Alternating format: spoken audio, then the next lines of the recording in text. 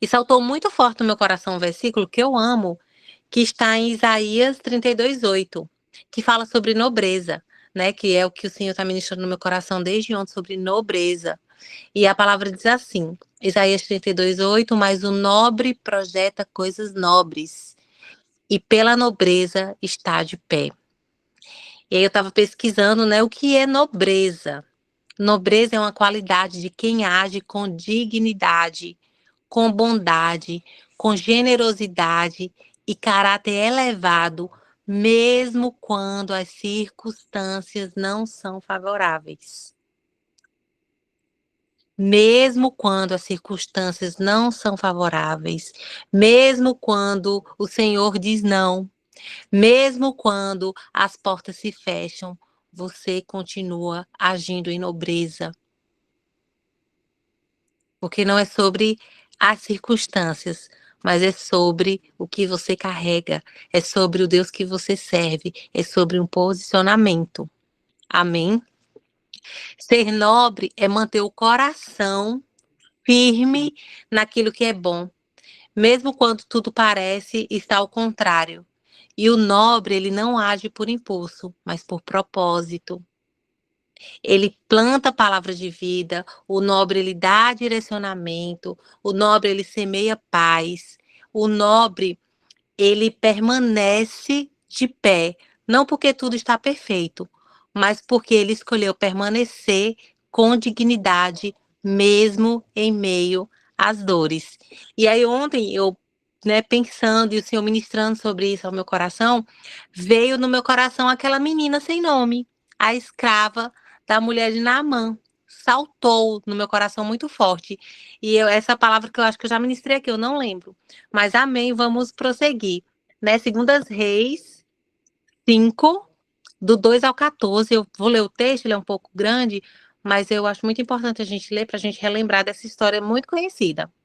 Ora, tropas de Arã haviam atacado Israel e levado cativo uma menina que passou a servir a mulher de Naamã. E um dia ela disse à sua senhora: se o meu senhor procurasse o profeta que está em Samaria, ele o curaria da sua lepra. Naamã foi contar ao seu senhor que a menina israelita dissera. E o rei de Arã respondeu: vá, e eu darei uma carta que você entregará ao rei de Israel. E então Naamã partiu, levando consigo 10 talentos de prata, 6.000 ciclos de ouro e 10 mudas de roupas finas. E a carta que levou ao rei de Israel dizia: com esta carta estou te enviando Naamã, o meu oficial, para que cures da sua lepra. E assim que o rei de Israel leu a carta, rasgou as vestes e disse: por acaso sou Deus capaz de conceder vida ou morte? Porque este homem me envia alguém para que eu cure da sua lepra. Vejam como ele procura um motivo para se desentender comigo. E quando Eliseu, o homem de Deus, soube que o rei de Israel havia rasgado as suas vestes, mandou-lhe a mensagem: por que rasgaste as tuas vestes? Envia o homem a mim, e ele saberá que há profeta em Israel. Então Naamã foi com seus cavalos e carruagens e parou à porta da casa de Eliseu. E Eliseu enviou uma mensagem e lhe dissesse: vá e lave-se 7 vezes no Rio Jordão, a sua pele será restaurada e você ficará purificado. E Naamã, porém, ficou indignado e saiu dizendo: eu estava certo de que ele sairia para me receber, invocaria em pé o nome do Senhor, e o seu Deus moveria a mão sobre o lugar afetado e me curaria da lepra. Não são os rios Abana e Farfá em Damasco melhores do que todas as águas de Israel? Será que eu não poderia me lavar neles e ser purificado? Deu meia volta e foi embora dali furioso. E os seus servos foram até ele e lhes disseram: meu pai, o profeta disse, se o profeta tivesse pedido alguma coisa difícil, então o Senhor faria muito mais quanto ele apenas disse: lave-se e seja purificado. Assim, ele desceu o Jordão e mergulhou 7 vezes, conforme ordem do homem de Deus, e foi purificado. E a sua pele tornou-se como a de uma criança.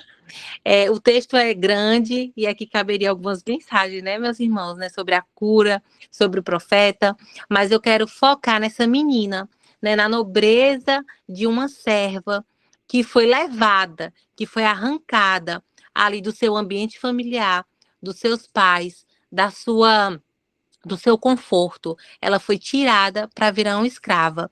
E essa história mostra, né, que talvez se fosse um de nós ficaríamos furiosos. O nosso coração muito possivelmente se fecharia, né? Afinal de contas, você foi arrancado ali do seu âmbito familiar, da sua vida, do seu cotidiano, né? Você foi arrancado dos seus sonhos, de tudo que você tinha planejado e foi jogada ali no cativeiro. E essa menina, essa nobre menina, ela demonstra uma atitude que glorifica o nome do Senhor.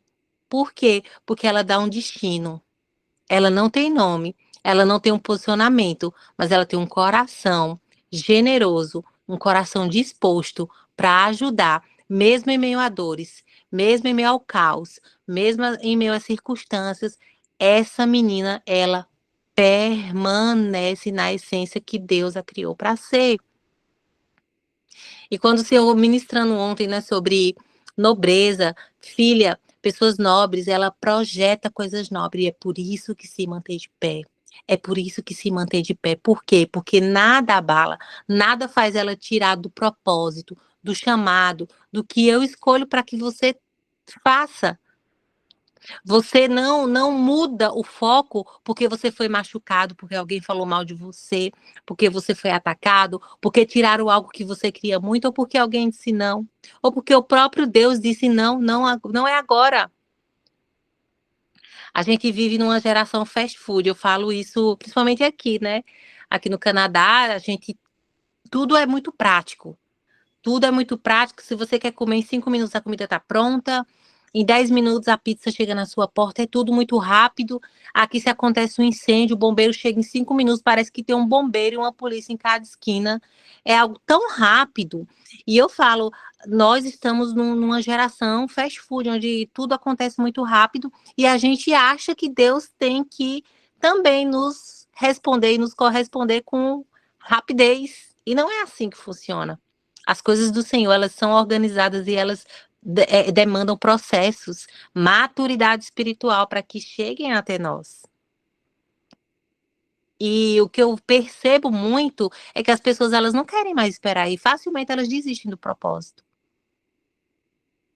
Elas muitas vezes não agem com nobreza. Por quê? Porque querem que as coisas sejam do seu modo, do seu jeito. E parece até uma mensagem de alguém que está acabando de aceitar Jesus. Mas é necessário, meus irmãos e minhas irmãs, que a gente volte à essência. Que a gente volte muitas vezes do princípio e faça as coisas essenciais da palavra. Que é amar, que é ser generoso, que é ter atitudes nobres. E saber que quando o Senhor nos chama à liberdade, foi para a liberdade que Ele nos libertou, foi para que nós tenhamos a liberdade de amar, de perdoar. Essa é a liberdade que o Senhor fala. Vocês não são mais escravos de si mesmo, do orgulho, do ego inflamado. Não. Eu chamei vocês para ser livres em mim. Flua em mim, em tudo que eu tenho para vocês. E essa palavra é tanto para mim, tanto para mim. O Senhor tem ministrado tanto ao meu coração. Porque as distrações, a correria da vida, né? As coisas vão acontecendo e quando a gente para observar, Senhor, será que eu estou te ouvindo? Será que eu estou cumprindo a tua vontade? Será que eu estou fluindo no fruto do Espírito? Será que as pessoas elas podem olhar para mim e dizer verdadeiramente eu vejo Jesus na sua vida? Você perdoa como Jesus perdoa? Você ama como Jesus ama? Você daria a direção, a instrução para alguém que te feriu, para alguém que te fez estar no lugar onde você não queria estar? Foi isso que essa menina fez, essa menina aqui que não tem nome, essa escrava. Foi isso que ela fez, ela mudou o destino de uma casa, de uma família, de um homem. Ela não se importou sobre a posição dela de escrava, mas ela sabia que ela tinha nas mãos uma direção E a fé dela, né? Ela crê no Deus de Eliseu. Ela sabia que o Deus de Eliseu curaria esse homem leproso. Aleluia. E é para isso que o Senhor nos chamou, para dar voz, para dar destino a muitas pessoas que estão aí fora precisando de uma palavra. E muitas vezes, meus irmãos, pessoas estão retrocedendo porque estão feridas. Estou ferida com o ministério, estou ferida com liderança, estou ferida com pessoas e eu não quero mais esse negócio de ministério, não. Não, Jesus, me deixa aqui quietinha. O Senhor não nos chamou para vivermos em cavernas. Existe um propósito, existe um chamado. Nós temos a resposta. Nós temos a resposta do que o mundo precisa. E a resposta é Jesus. E nós não podemos nos calar. Nós não podemos retroceder. Aquele que colocou a mão no arado, você não pode mais voltar para trás. Você não pode olhar para trás. Avança em tudo que o Senhor tem para a sua vida. Em nome de Jesus. Em nome de Jesus, que as nossas atitudes sejam atitudes de nobreza. Vou repetir, independente da sua circunstância, independente da tua condição financeira, independente de como você esteja, que você permaneça sendo fiel ao Senhor, com atitudes nobres, com atitudes que dignificam, que exaltam o nome do Senhor. Em nome de Jesus, independente de pessoas. Independente de pessoas. Essa menina aqui, ela demonstra uma fé inabalável, um coração compassivo, uma coragem espiritual, porque quando ela dá a direção, ela sabia que Naamã não podia dar viagem perdida, não. Quando ela dá uma direção, ela tem uma fé espiritual, ela tem uma coragem espiritual de dizer, vai lá. Ah, se ele soubesse, ah, se o meu sonho eu soubesse. Humildade e serviço. Sabedoria divina e nobreza de alma. Essas são as características mais marcantes dessa menina e que eu trago para nossas vidas hoje. Tenha uma fé inabalável, tenha um coração compassivo, tenha coragem espiritual de dizer, Jesus cura, ele é poderoso para te curar, ele é poderoso para te libertar. Sabe, irmãos, tem pessoas que têm medo de orar por doente. Eu conheço crente que tem medo de orar por doente, mas se Jesus não curar? E se Deus não curar? E se o Senhor não fizer? Meus irmãos, o Senhor nos chamou, nos deu espírito de ousadia e intrepidez, não de covardia. Nos levantemos em fé. Se Deus fizer, amém. Se Ele não fizer, amém. A palavra dele é a verdade. Mas nós não podemos ter medo de declarar a palavra até o fim, de declarar vida, de declarar libertação, de declarar cura. Aleluia. Sabedoria divina e nobreza de alma. É tudo isso que o Senhor tem para nós, é tudo isso que o Senhor espera de cada um de nós. Eu anotei aqui, ó, Deus não precisa de status para usar alguém, basta um coração disposto. Se você tiver o coração disposto para servir, no meio do caminho, o Senhor fará proezas, o Senhor vai te usar, o Senhor vai te capacitar, trazer maturidade espiritual. O Senhor faz. O Senhor é poderoso para fazer. Mas nos levantemos em fé, nos levantemos em nobreza, nos levantemos para que a obra do Senhor ela seja concluída na minha e na sua vida, em nome de Jesus. Eu gosto muito de falar sobre essa questão de caminho, né? Porque o Senhor falou isso para Abraão, né? Sai da tua terra, da tua parentela e vai para um lugar que eu vou te mostrar. Ou seja, num caminho eu vou te mostrar. E também tem um exemplo dos 2 discípulos de Emaús, que saem ali desolados, que saem ali sem nenhuma esperança. E no caminho, quando eles vão ali conversando, o Senhor tem um encontro com eles e conversa com eles, até sentar à mesa com eles e os olhos deles espirituais serem abertos. No caminho, o Senhor faz. No caminho, o Senhor abre os nossos olhos espirituais. No caminho, o Senhor mostra o destino, mostra o caminho. Só não fique parado. Em nome de Jesus, não fique parada. Não podemos parar, não podemos nos silenciar. Essa menina, ela poderia se silenciar, ela continuar sendo escrava e uma casa, deixaria de ser abençoada, deixaria de conhecer o Deus que tudo pode, que tudo faz, o Deus Altíssimo, Deus de Israel. Mas ela não se calou. Ela não se calou. Embora ela tivesse como escrava, o coração dela era livre para declarar o poder de Deus. Aleluia. E aí eu trouxe o versículo aqui de Gálatas, que foi um versículo que também o Senhor ministrou no meu coração hoje. Gálatas 5, foi para a liberdade que Cristo nos libertou. Portanto, permaneçam firmes e não se deixem submeter novamente a um jugo de escravidão. Ouça bem o que eu, Paulo, lhe digo. Caso te deixe circuncidar, Cristo de nada lhe servirá. De novo declaro a todo homem que se deixa circuncidar que está obrigado a cumprir toda a lei. Vocês que procuram ser justificados pela lei, separam-se de Cristo e caíram da graça, pois é mediante o Espírito que nos aguardamos pela fé a justiça que é nossa esperança, porque em Cristo Jesus nem circuncisão, nem incircuncisão tem efeito algum, mas sim a fé que atua pelo amor. A fé que atua pelo amor. Vocês corriam bem. Quem os impediu de continuar obedecendo à verdade? Tal persuasão não provém daqueles que os chamam. Um pouco de fermento leveda toda a massa. Estou convencido no Senhor de que vocês não pensarão de nenhum outro modo. Aquele que os perturba, seja quem for, sofrerá condenação. Irmãos, se ainda estou pregando a circuncisão porque continuo sendo perseguido. Nesse caso, o escândalo da cruz foi removido. Quanto a esses que o perturbam, quem dera se castrassem.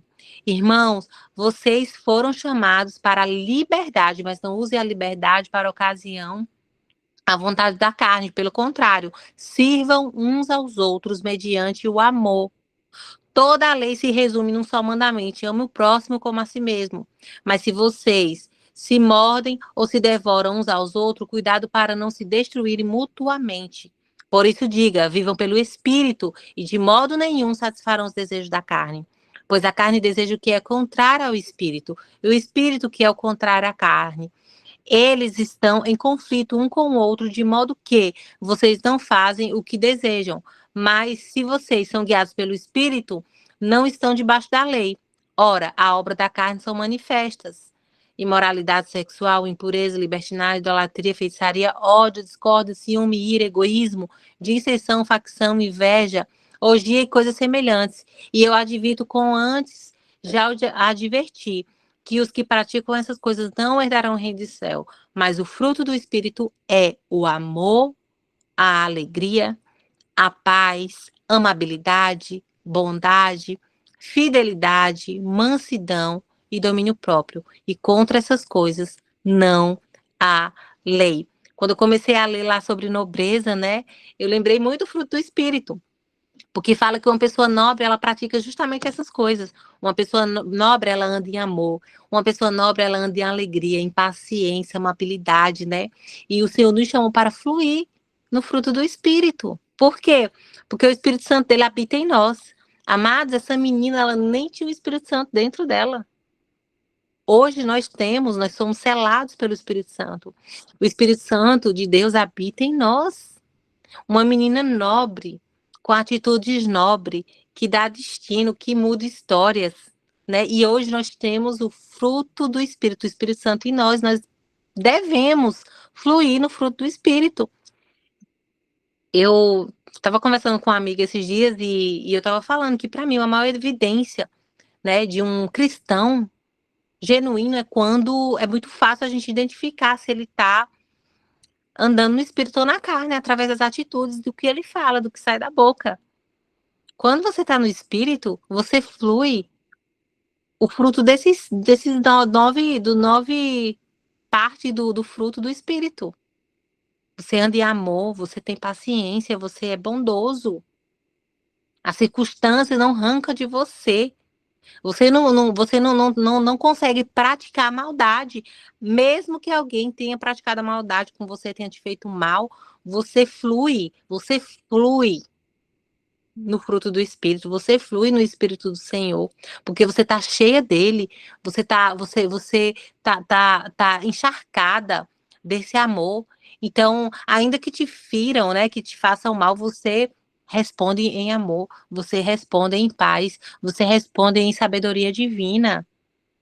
E esse é o chamado de Deus para nós, fluir no fruto do Espírito.